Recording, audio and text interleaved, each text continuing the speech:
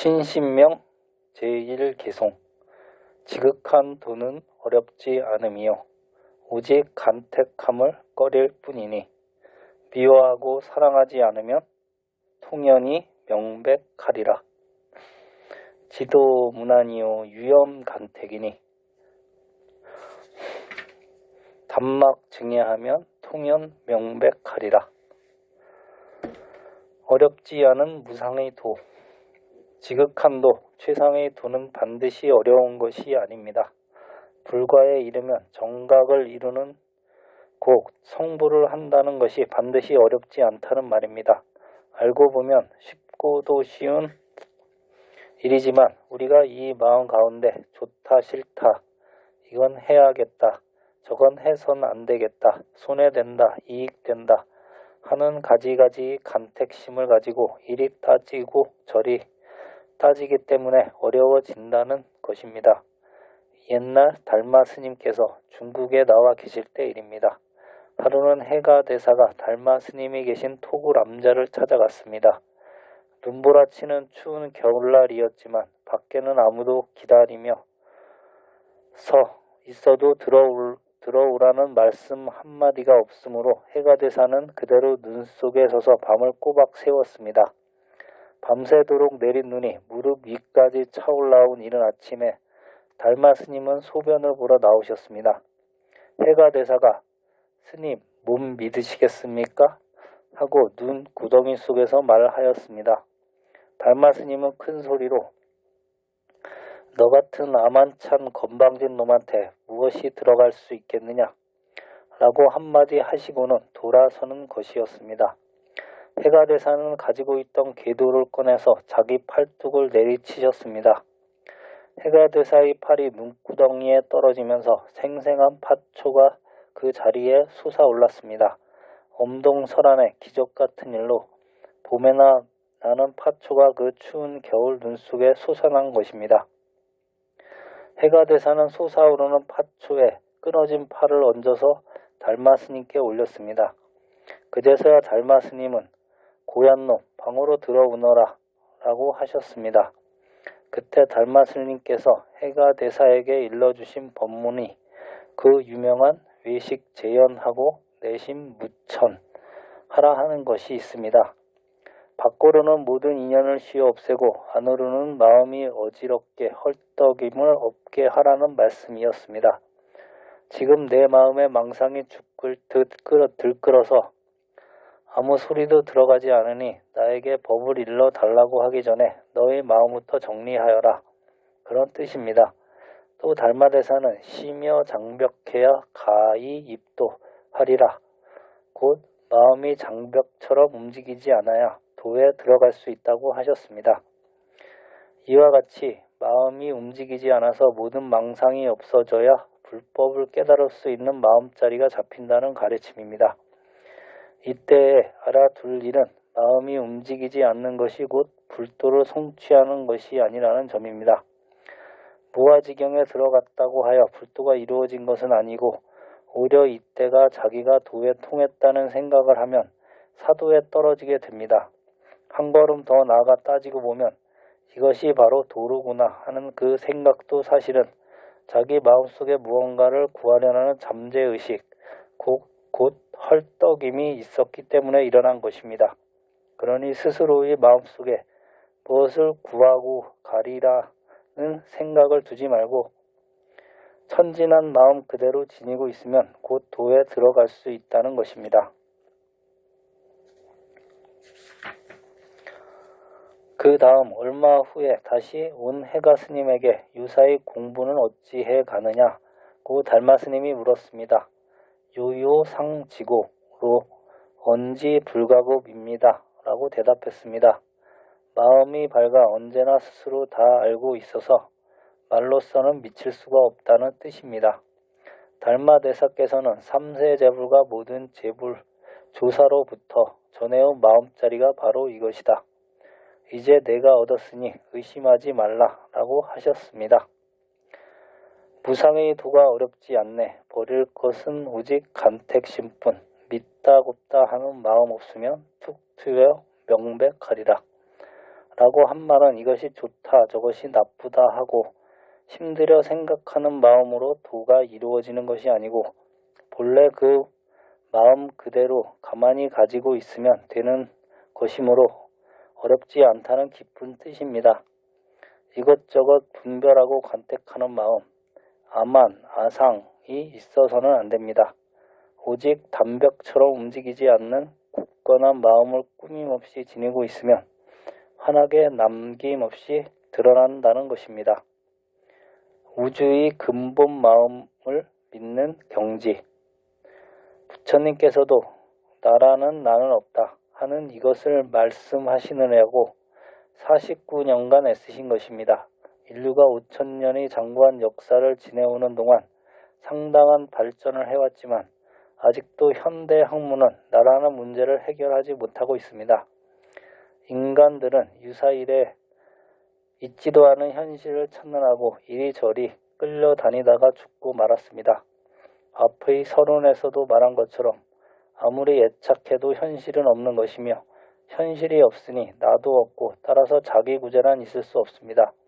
우리가 이 몸뚱이를 나로 알고 있지만 이 몸뚱이는 하루 세끼 밥 먹고 피를 만들어 내일을 사는 것뿐입니다. 어제도 오늘도 10년 뒤에도 이 작업은 계속되어 갑니다. 따라서 몸뚱이는 같은 것 같지만 그 질량은 어제의 그것이 아니라 그대로 계속되어 갑니다. 한강물은 계속해서 흘러가는 것이기 때문에 본래의 한강물이라고는 한 방울도 없는 것이며 우리 몸뚱이도 지구도 흘러가고 변하고 있습니다. 그러므로 우리는 어느 곳에서도 현실을 찾을 수 없고 인간은 자아상실을 느끼게 됩니다. 인간의 망상은 상대 세계를 초월한 진화를 저버리고 물질로 이루어진 가화와 현실이 실존하는 것을 인정한 그때부터 생긴 것입니다. 그러므로 불교를 믿는다고 한 말은 곧 생사가 없고 망상이 없는 자기를 믿는다는 뜻이 됩니다. 확고한 자기를 발견한 그날부터 다시 말하면 간택이 없고 증해가 끊어진 진화를 믿는 그날부터 농사를 짓든 장사를 하든 정치를 하든 참된 나를 사는 삶을 누리는 것이며 참된 행복을 창조하는 생활이 되는 것입니다. 현대 젊은이들은 자유를 아무리 추구해봐도 자신이 공허하고 나를 내세울 만한 아무것도 발견하지 못하여 몸부림을 칩니다. 그래서 환각제를 먹고 발악을 하고 히피족들이 생기는 것입니다. 따라서 이 인생 허무, 현실 부재의 세계로부터 참나의 세계로 인도하지 못하는 이상 이들의 정신을 바로 잡을 수 없는 것입니다. 이 문제 역시 신신명 공부를 함으로써 해결될 것입니다. 자기 자신이 공허를 절실히 느끼고 구도의 굳센 발걸음을 히말라야 설산으로 옮겨 6년 고행을 하신 시타르타 태자야말로 어떤 의미에서 히피족의 대장이라고 할 수 있습니다. 다음에 시타르타 태자의 수행도 결국 인간의 허무의 실상을 해결하기 위한 노력이었다는 이야기로 이 첫 글귀의 결론을 맺으려 합니다. 시타르타 태자는 확실히 알았습니다. 보고 듣고 생각할 수 있는 이 모든 것은 하나의 물거품이고 그림자이고 번개와 같은 허무라는 것을 시시각각 변하고 변하여 한순간도 그대로 머물러 있지 않고 제 모양대로 있는 것은 하나도 없다는 것을 내 몸속을 돌고 있는 이 피도 강물처럼 흘러나가는 것이고 내 피가 아니라는 것을 잘 알았습니다. 그리하여 마침내는 저것들과 함께 죽어갈 것이라는 것을 확실히 알았습니다. 그래서 제왕도 아내도 나라도 버리게 된 것입니다. 자신을 정리해 보려는 것이었습니다. 나는 무엇이냐? 내가 죽지 않는 방법은 무엇이냐? 이렇게 정리하다 보니 남을 미워하거나 사랑하는 마음, 긍정하거나 부정하는 마음, 죽는 것을 싫어하고 사는 것을 좋아하는 마음, 이 마음을 정리해야 된다는 것을 알았습니다. 생각, 이것이 나는 아니다. 긍정, 부정은 나가 아니고 부정하고 긍정하는 주제가 나다 하는 것을 알았습니다. 농사 짓는 것도 내일이 아니고 장사하는 것도 내일이 아니고 정치, 학문도 내일이 아니다. 그것을 하는 주체를 알아야겠다. 그게 무엇이냐? 생각하고 말하고 들을 줄 아는 이게 무엇이냐? 태자는 날이 가고 해가 가도록 이것만을 생각했습니다.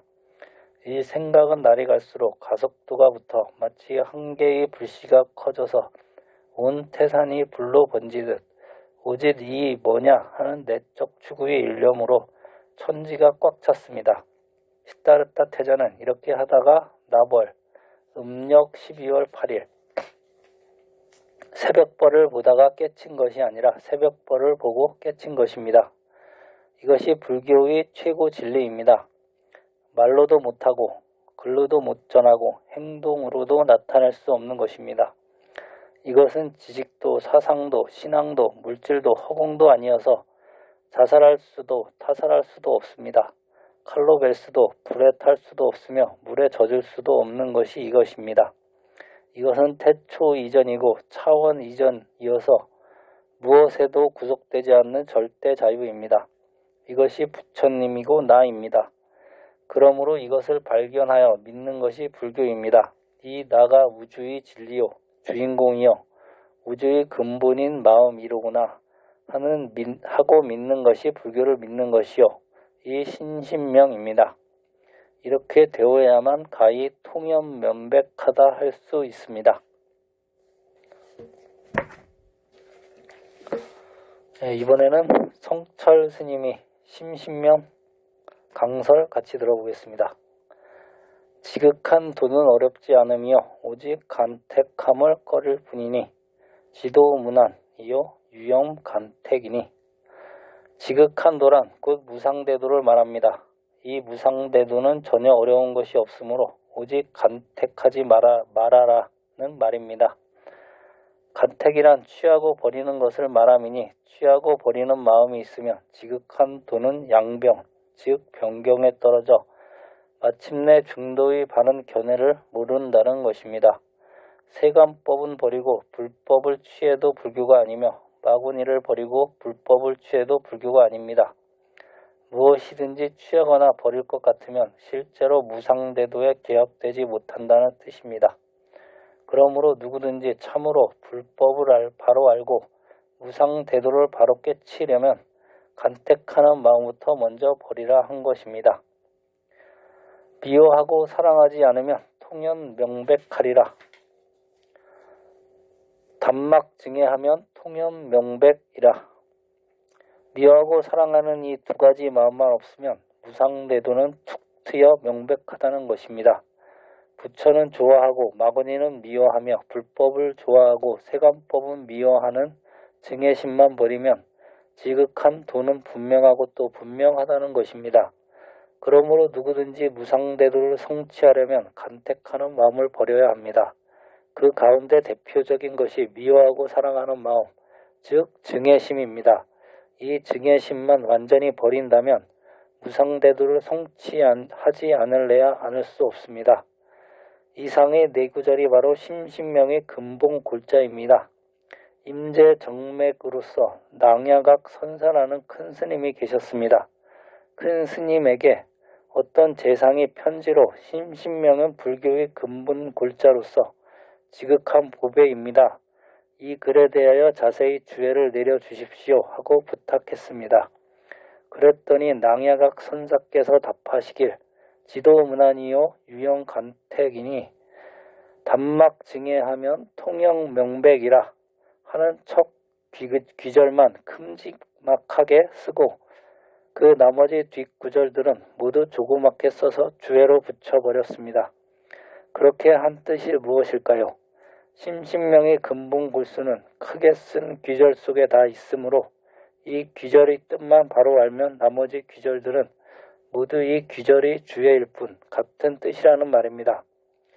낭야각 선사가 앞 네 구절만 크게 쓰고 뒷 귀절은 주회로 써서 답장한 이것이 신신명에 대한 청구의 명주회로서 참으로 걸작이라는 평을 듣는 역사적으로 유명한 사실이 되어버렸습니다. 그러므로 누구든지 이 신신명을 바로 알려면 미워하거나 사랑하는 마음을 버려야 할 것입니다. 이러한 증예심만 떠나면 중도 정각입니다. 대주 스님은 도노 입도 요문에서 증예심이 없으면 두 성품이 공하여 자연이 해탈한다고 말하고 있습니다. 따라서 이 첫네 귀절이 심신명의 핵심이고 뒷구절들은 더 볼 필요가 없습니다. 그러므로 실제로는 낭야각 선사의 말씀처럼 뒷구절들을 주의 뜻으로 이해하여야 할 것입니다.